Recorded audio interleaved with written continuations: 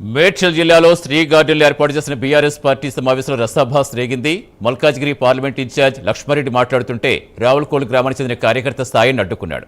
పార్టీలో తమకు గుర్తింపు ఇవ్వడం లేదని స్థాయితో పాటుగా ఉద్యమ నాయకులు ఆవేదన వ్యక్తం చేస్తూ తిరగబడ్డారు. ఉద్యమకారులకు గుర్తింపు లేదని ఆందోళనకు దిగారు. కండువాలు మోసేందుకే తప్ప ఎలాంటి సౌలభ్యం లేదని వాపోయారు. తెలంగాణ రాకముందు నుంచి పనిచేసిన పార్టీలో గుర్తింపు లేదని, కనీసం ఆహ్వానం లేదని, ఫ్లెక్సీలో తమ ఫోటోలు కూడా లేవని మండిపడ్డారు. ఇలాగే ఉంటే మునుముందు బీఆర్ఎస్ పార్టీ కనుమరుగవడం ఖాయమని ఆందోళన వ్యక్తం చేశారు. బీఆర్ఎస్ పార్టీ కార్యకర్తల విస్తృత స్థాయి సమావేశంలో పాల్గొనడం జరిగింది.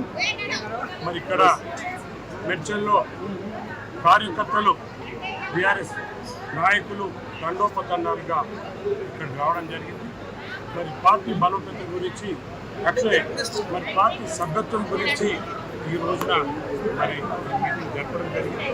ఎందుకంటే ఈ కాంగ్రెస్ పార్టీ 2.5 సంవత్సరాల నుంచి వెళ్ళి మోసపూరిత మాటలతోటి ప్రజలను మోసం చేసిందో మరి ఇవన్నీ విషయాలు కూడా మేము బూత్ లెవెల్లో మీటింగ్ పెట్టుకొని ప్రజల్లోకి తీసుకుపోయి ప్రజల్లో వాళ్ళు చేసిన వాగ్దానాలన్నీ కూడా తప్పు వాగ్దానాలు ప్రజలకు మోసం చేసిందనేది తెలియజేయడానికి బూత్ కమిటీలు కూడా చేయడం జరిగింది. నాయకులను కూడా జరిగింది. ఈ ప్రోగ్రాంలన్నీ కూడా ప్రతి డివిజన్లో చేస్తాము. మరి కాంగ్రెస్ పార్టీ ప్రజలకు ఏదైతే అన్యాయం చేస్తుందో వాటిని వినగలము. అదేవిధంగా వాళ్ళ స్కామ్స్ ఏవైతే చేస్తున్నారో వాళ్ళ సంబంధించిన స్కామ్స్ ఈ మధ్యలో చూస్తున్నాము. మరి వాళ్ళంతా కూడా కాంగ్రెస్ పార్టీ వాళ్ళంటే స్కామ్ల పార్టీ అన్ని విషయాలు కూడా చర్చిస్తున్నాం.